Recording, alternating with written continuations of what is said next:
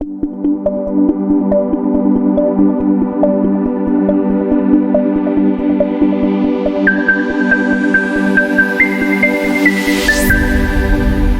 Students, pharmaceutical organic chemistry 3 जिसका subject code है BP401T, जो कि बेस्ड है AKTU B pharma second year semester 4 के सिलेबस पर। इसका 10th लेक्चर्स मैं आप लोगों के लिए लेकर आया हूं। इसके पहले जो लेक्चर्स हैं उनके लिंक डिस्क्रिप्शन बॉक्स में दिए गए हैं, जिनको आप वहां पर जा करके क्लिक करके उनको देख सकते हैं। इसके पहले के जो अब तक के लेक्चर्स हैं उसमें आप लोगों ने यूनिट 1 में isomerism, stereo isomerism, optical isomerism, optical activity lecture 2 में आप लोगों ने स्टडी की, और elements of symmetry, chiral and achiral molecule lecture 3 में, एनेंशियोमिज्म, डायस्ट्रोमिज्म, मेसो कंपाउंड्स के बारे में लेक्चर 4 में, DL system of nomenclature of optical isomers lecture 5 में, सीक्वेंस रूल लेक्चर 6 में, RS system of nomenclature of optical isomers lecture 7 में, and reactions of chiral molecules in lecture 8 में, और racemic modification and resolution of racemic mixture lectures 9 में आप लोगों ने study किया। आज का जो लेक्चर्स है इसमें हम लोग पढ़ेंगे एसाइमेट्रिक सिंथेसिस के बारे में, और इसका जो इम्पोर्टेंट फोकस रहेगा वो partial and absolute asymmetric synthesis पर रहेगा।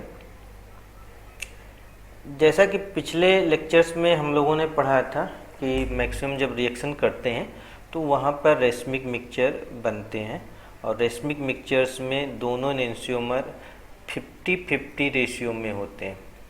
और ये चीज़ भी हम लोग पढ़ चुके हैं कि दो एनेंशियोमर जो होते हैं उसमें एक एनेंशियोमर कई बार ज़्यादा एडवांटेजेबल होता है। जनरली मेडिसिनल केमिस्ट्री में कोई एक isomer more powerful biological activity show करता है। जैसे हम सिट्रीजिन और लियोसिट्रीजिन के एग्जाम्पल की बात करें, सिट्रीजिन रेसमिक मिक्सचर है और उसमें लियोसिट्रीजिन मोर एक्टिव ड्रग्स का पार्ट प्ले करता है। इसलिए कई बार हमें ऐसे कंपाउंड सिंथेसाइज करने की ज़रूरत पड़ती है जिसमें एक एनेंशियोमर ज़्यादा क्वांटिटी में बने और दूसरा कम क्वांटिटी में बने, या फिर बिल्कुल बने ही ना। तो conversion of an chiral reactant in a chiral product with unequal composition of both enantiomer is known as asymmetric synthesis।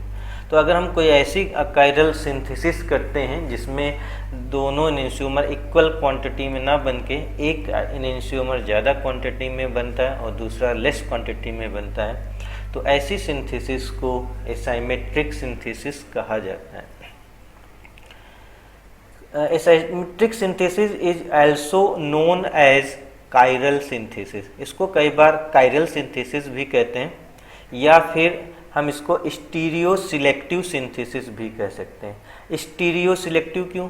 Selection, एक एनेंशियोमर ज़्यादा क्वांटिटी में बन रहा, इसी वजह से इसको हम लोग स्टीरियो सिलेक्टिव सिंथेसिस भी कहते हैं। एक एग्जांपल लें, अगर chiral reduction of acetophenone is produced unequal yield of product R and S enantiomer. ये आपका एसिटोफिनोन का डायग्राम यहाँ पे दिखाया गया है। ये अकायरल कंपाउंड है, और इसका अगर किसी कायरल रिडक्शन किया जाए, जो भी हम कई सारी कंडीशन अभी हम आगे जो पढ़ाएंगे उसमें से कोई कंडीशन लगा करके हम लोग कायरल रिडक्शन करें तो क्या होगा, कोई एक प्रोडक्ट ज़्यादा क्वांटिटी में बनेगा। यहाँ पर हमने जो S1 फिनाइल इथेनॉल दिखाया हुआ है ये ज़्यादा क्वांटिटी में बनना है, ग्रेटर देन 50% यील्ड है, और जो R एनेंशियोमर है वो लेस क्वांटिटी में बन रहा है यहाँ पे। तो इस प्रकार देखते हो ये आपका एसाइमेट्रिक सिंथेसिस का एग्जाम्पल कहलाएगा। और यहाँ पर जो हमने एग्जाम्पल लिया है वो एनेंशियोमर का लिया हुआ है। तो दो एनेंशियोमर में से एक एनेंशियोमर ज़्यादा क्वांटिटी में बनता है। When product is formed as enantiomer, then asymmetric synthesis is known as enantioselective synthesis। जैसे पिछले वाले एग्जाम्पल की हम बात कर रहे थे, उसमें एनेंशियोमर बन रहा है, एक ज़्यादा क्वांटिटी में बन रहा है, तो अगर हम एसाइमेट्रिक सिंथेसिस को और स्पेसिफाई करने की कोशिश करें तो इसको हम लोग एनेंशियोसेलेक्टिव सिंथेसिस कहेंगे। और अगर डाइस्टीरियोमर प्रोडक्ट फॉर्म होता है, उसमें से एक ज़्यादा क्वांटिटी में होता है, एक कम क्वांटिटी में होता है, तब उसको हम लोग डाई स्टीरियो सिलेक्टिव सिंथेसिस का नाम देंगे।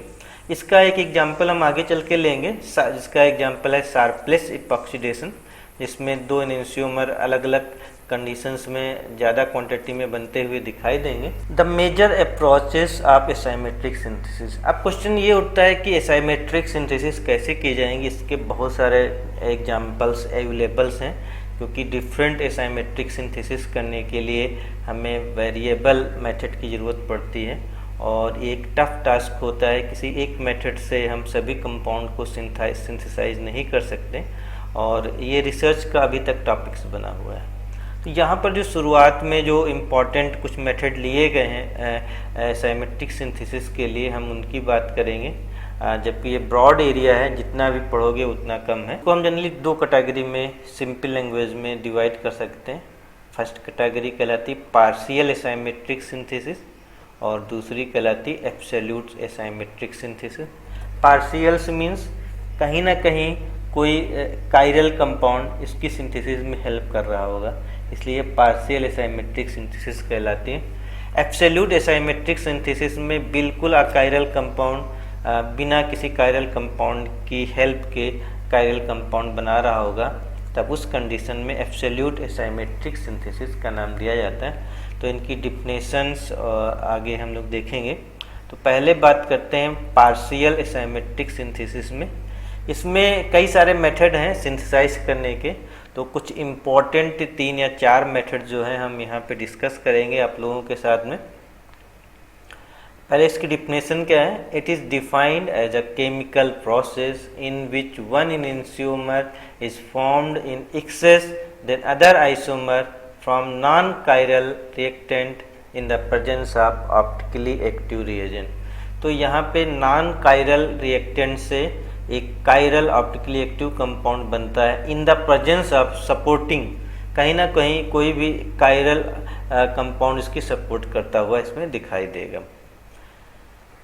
The difference method for partial asymmetric synthesis are, पहला मेथड है use of chiral substance as starting material.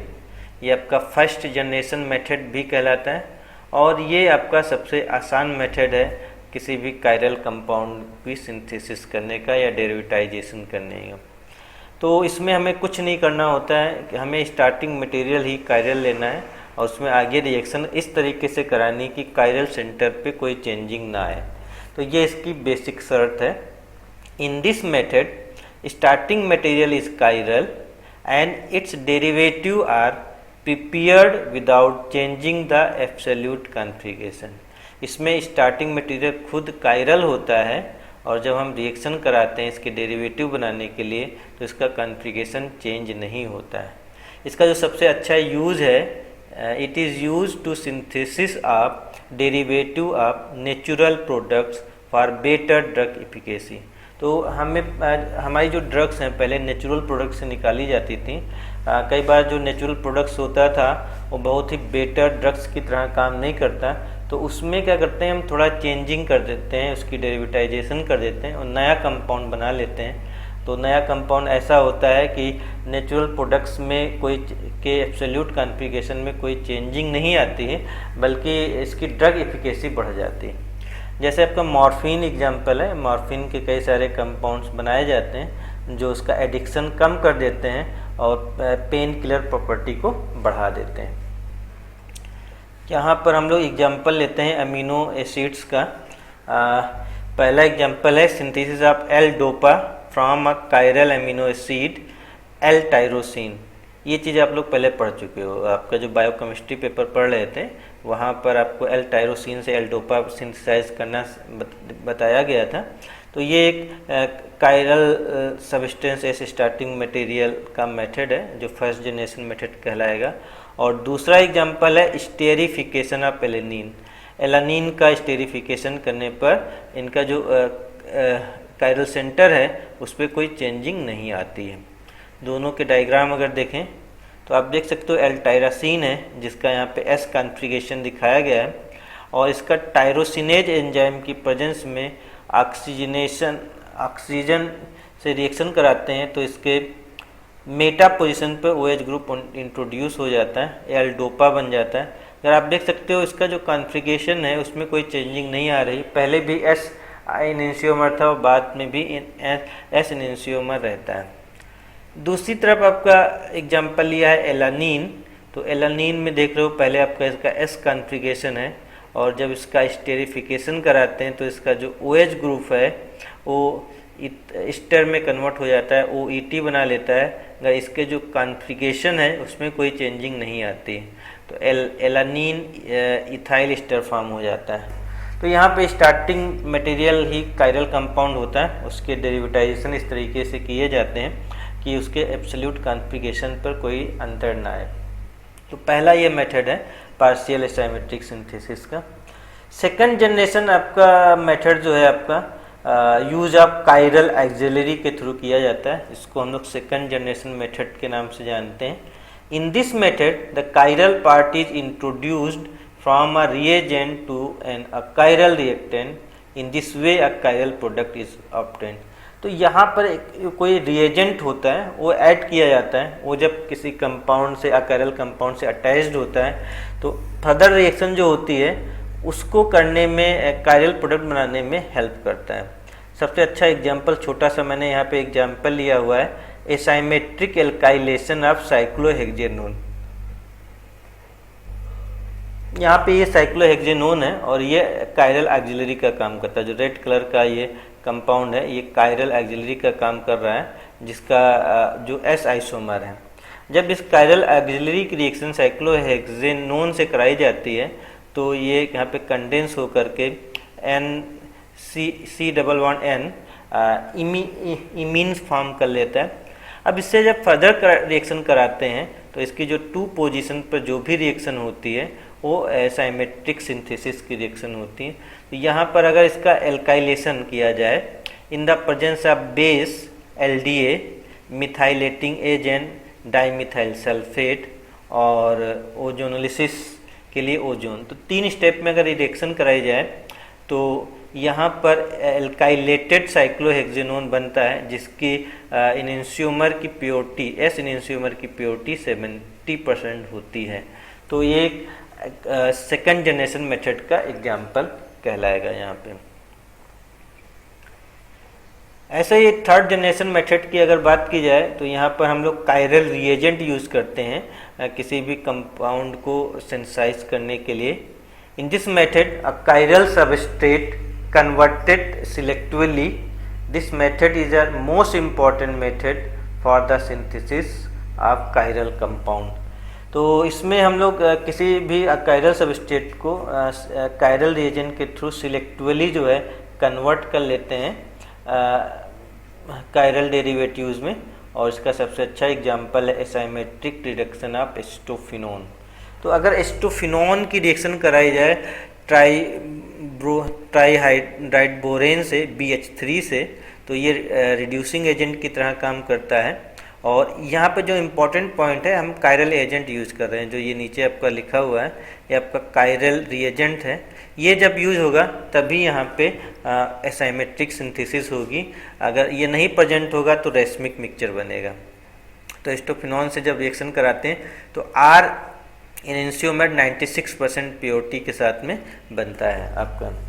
और अगर ये कायरल रिएजेंट हटा दें तो 50% रेसमिक मिक्सचर बनेगा, 50% R और 50% S रेसमिक मिक्सचर ऑब्टेन्ड होगा। तो इस तरीके से बहुत सारी रिएक्शंस हैं वो की जाती हैं जिसमें कायरल रिएजेंट यूज किया जाता है, और कायरल रिएजेंट किसी एक एनेंशियोमर को ज़्यादा क्वांटिटी में बनने में हेल्प करता है और दूसरे को रोकता है। नेक्स्ट फोर्थ जनरेशन मेथड जो है उसमें हम सीधे कायरल कैटालिस्ट का यूज करते हैं। In this method a chiral substrate converted selectively in an enantiomer using the pure chiral catalyst. Example है Sharpless asymmetric epoxidation। Sharpless asymmetric epoxidation की डिस्कवरी के लिए Sharpless को नोबेल प्राइज दिया गया था। In this reaction using D minus diethyl tartrate produce RR epoxy alcohol and using L plus diethyl tartrate produce SS epoxy alcohol. तो दो यहाँ पे कैटलिस्ट यूज़ किए गए हैं, जो आपका एक माइनस डाइथाइल टार्ट्रेट है जो RR डाइस्ट्रियोमर बनाने में हेल्प करता है, और प्लस डाइथाइल टार्ट्रेट है जो SS इपॉक्सी अल्कोहल बनाने में मदद करता है। जो शार्पलेस एसाइमेट्रिक इपॉक्सीडेशन है, ये रिएक्शन एलाइलिक अल्कोहल पे की जाती है। एलाइलिक अल्कोहल का मतलब होता है डबल बॉन्ड CH(CH2OH), इसको हम एलाइलिक अल्कोहल कहते हैं। तो इसमें अगर हम लोग L+ डाइथाइल टार्ट्रेट कैटलिस्ट डालें इन द प्रेजेंस ऑफ इपॉक्साइड और एंड अदर कैटलिस्ट, तो उस कंडीशन में जो आपका इपॉक्सीडेशन होता है बैक साइड से होता है, और यहाँ पे जो कॉन्फ़िगरेशन है वो SS निकल के आता है। तो इपॉक्सी अल्कोहल SS फॉर्म में हायर यील्ड में ऑपरेंड होते हैं। इसी प्रकार अगर हम L+ डाइथाइल टार्ट्रेट कैटलिस्ट को हटा करके माइनस डाइथाइल टार्ट्रेट ऐड करें तो रिएक्शन रिवर्स हो जाती है। तो SS इनैंसियोमर ना बन करके यहाँ पे RR इपॉक्सी अल्कोहल फॉर्म होता है।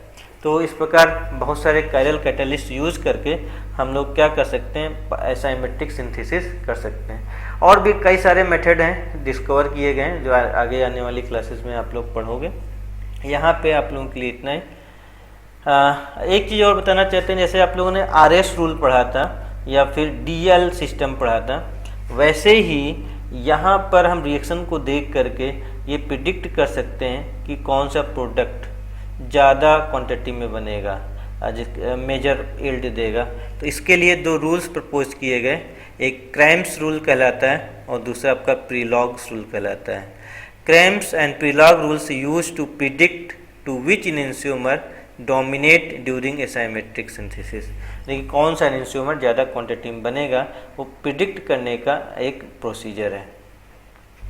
अब हम लोग अगर बात करें एब्सोल्यूट एसाइमेट्रिक सिंथेसिस की, तो it is defined as a chemical process in which one enantiomer is formed in excess then other isomer from non chiral reactants in the absence of any asymmetric external influence optically active reagent। तो यहाँ पर जब भी हम reaction कराते हैं तो बाहर से कोई भी ऑप्टिकली एक्टिव रिएजेंट रिएक्शन में नहीं डाला जाता है, उसके बावजूद आपकी जो रिएक्शन है एसाइमेट्रिक प्रोडक्ट्स देती है। In this type of synthesis a physical presence of chirality is necessary. तो यहाँ पे physical presence of chirality important है, यानी कि कायरल सेंटर होना चाहिए जहाँ पे ये रिएक्शन हो सके। The addition of bromine 2,2,4,6 trinitrostilbene in a presence of a beam of bright circularly polarised light give dextrorotatory product. तो यहाँ पर हमने जो एग्जांपल लिया 2,4,6 ट्राइनाइट्रोस्टिल्वीन का लिया है, इसमें अगर ब्रोमीन का एडिशन किया जाए और यहाँ पे एक फिजिकल प्रेजेंस यूज किया गया है राइट सर्कुलर पोलराइज्ड लाइट। तो राइट सर्कुलर पोलराइज्ड लाइट अगर यूज की जाती है तो हमें जो प्रोडक्ट ऑब्टेंड होता है वो प्लस इनैंसियोमर होता है, जिसको आप लोग डेक्स्ट्रोरोटेटरी के नाम से जानते हो। एक एग्जांपल यहाँ पे ये आपका स्टिल्वीन है। स्टिल्वीन में डबल बॉन्ड के दोनों तरफ एक फिनाइल रिंग जब जुड़ी होती है तब ये स्टिल्वीन कहलाते हैं। तो एक तरफ पीएच जुड़ा हुआ है और एक तरफ ट्राई नाइट्रोफिनाइल जुड़ा हुआ है। तो इसका ब्रोमीन की एडिशन रिएक्शन कराई जाती है in the presence of right circular polarised light की प्रेजेंस में। तो Br का एडिशन कुछ इस तरीके से होता है कि प्लस रोटेशन वाला जो है डाइस्ट्रियोमर ज़्यादा क्वांटिटी में, मेजर क्वांटिटी में ऑब्टेंड होता है। तो ये थी आपकी एब्सोल्यूट एसाइमेट्रिक सिंथेसिस। इस प्रकार आप लोगों ने देखा कि जो पार्शियल एसाइमेट्रिक सिंथेसिस है वहाँ पे किसी कायरल इन्फ्लुएंस की प्रेजेंस की ज़रूरत होती है, तभी वो रिएक्शन क्या होती है, कायरल प्रोडक्ट देती है। और दूसरा एब्सोल्यूट एसाइमेट्रिक सिंथेसिस में आपने देखा कि यहाँ पे कायरल इन्फ्लुएंस की ज़रूरत नहीं रहती है। और जो आपका पार्शियल एसाइमेट्रिक सिंथेसिस है उसमें कई सारे मेथड डिस्कवर किए गए हैं, जिनको first generation method, second generation method and third generation method and similarly fourth generation method भी कह सकते हैं। तो ये था आज का टॉपिक। अब हम लोग देख लेते हैं कि जो यूनिट 1 में है लास्ट 2 ईयर में कौन से क्वेश्चन जो है एग्जाम में पूछे गए हैं।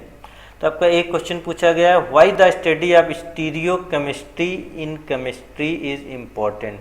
स्टीरियोकेमिस्ट्री की इम्पोर्टेंस क्या है, इनका आंसर मैं पीछे आप लोगों को पढ़ा चुका हूँ। तो जो प्रीवियस वीडियो लेक्चर्स हैं, वीडियो लेक्चर्स 2 और 3, वहाँ पर इसका आंसर मिल जाएगा। व्हाट आर मेसो कंपाउंड, ये भी आप पीछे के प्रीवियस लेक्चर देख करके वहाँ से इसका आंसर देख सकते हो। What is partial and absolute symmetric synthesis, ये 2 नंबर में पूछा गया है, जो आज ही के लेक्चर में मैं आप लोगों को बता रहा हूँ। तो इसको शॉर्ट में लिखना है, केवल दोनों की डिफिनेशन लिखनी है और एक एग्जाम्पल लिखना है। What is D and L nomenclature, इसकी डिफिनेशन लिखनी है और साथ में डायग्राम बना करके रिप्रेजेंट करना है कि कब इसको डी कहेंगे, कब कैपिटल एल कहेंगे।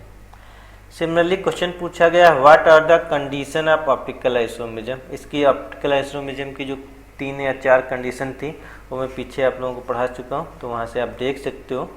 फिर है आपका डिफ्रेंशिएट कायरल अकायरल मॉलिक्यूल, यहाँ पे डिफ्रेंशिएट करते समय कायरल और अकायरल मॉलिक्यूल का स्ट्रक्चर डायग्राम ड्रा करके एग्जाम्पल जरूर देना है। फिर है why meso compound optical inactive, ये भी मैं आपको पीछे पढ़ा चुका हूँ, वहाँ से जा करके वीडियो देख सकते हो। आपका नेक्स्ट क्वेश्चन है define term D small L capital D capital, तो आप ये जरा एग्जाम्पल के साथ समझाएं तो ज़्यादा बेटर रहेगा। एक एक एग्जाम्पल बना दें और शॉर्ट में डिफिनेशन लिख दें। आपका 9th क्वेश्चन 7 मार्क्स में पूछा गया है discuss optical isomerism with example, तो ऑप्टिकल आइसोमेरिज्म के बारे में एग्जाम्पल के साथ में इसकी डिफिनेशन देनी है। 10th क्वेश्चन है give RS system of nomenclature of optical isomers with sequence rule, तो यहाँ पे सीक्वेंस रूल और आरएस सिस्टम नॉमेनक्लेचर के लिए जो ऑप्टिकल प्रोसीजर है वो आपको बताना है, तो ये लॉन्ग टाइप क्वेश्चन रहेगा। फिर आपका explain partial and absolute asymmetric synthesis, partial और एब्सोल्यूट एसाइमेट्रिक सिंथेसिस 7 नंबर में पूछा गया है, जिसको यहाँ पे डिटेल में लिखना पड़ेगा। And what is racemic modification, how can you resolve racemic mixture, ये 10 मार्क्स में क्वेश्चन आया है, जो कि हमने लेक्चर्स 9 में आप लोगों को पढ़ाया हुआ है। यहाँ पे इसको डिटेल में आपको डिस्क्राइब करना पड़ेगा। तो ये कुछ क्वेश्चंस थे जो last two previous year AKTUB pharma 4 semester exam में पूछे गए, तो ये इंपॉर्टेंट क्वेश्चन रहेंगे, इनको आप लोग अच्छी तरह से तैयार रखें। और एक चीज़ और बहुत ज़्यादा जो अच्छी तरह से तैयार रखनी है वो RS सिस्टम निकालना बहुत अच्छी तरह से आप लोगों को आना चाहिए, और इसके ढेर सारे एग्जाम्पल लेकर के इसकी प्रैक्टिस कर डालें। तो ये थी यूनिट 1। यूनिट 1 में हमने स्टीरियो केमिस्ट्री के बारे में पढ़ा।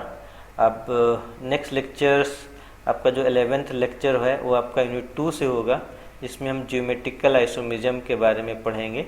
ज्योमेट्रिकल आइसोमेरिज्म में हम लोग नेक्स्ट लेक्चर में देखेंगे नॉमेनक्लेचर ऑफ ज्योमेट्रिकल आइसोमेरिज्म, उसमें सिस ट्रांस आइसोमेरिज्म क्या होती है, उसके एग्जांपल्स क्या हैं, उसके रूल्स रेगुलेशन क्या हैं और उसकी जो है प्रॉपर्टीज़ क्या हैं, उसके बारे में हम लोग जानेंगे।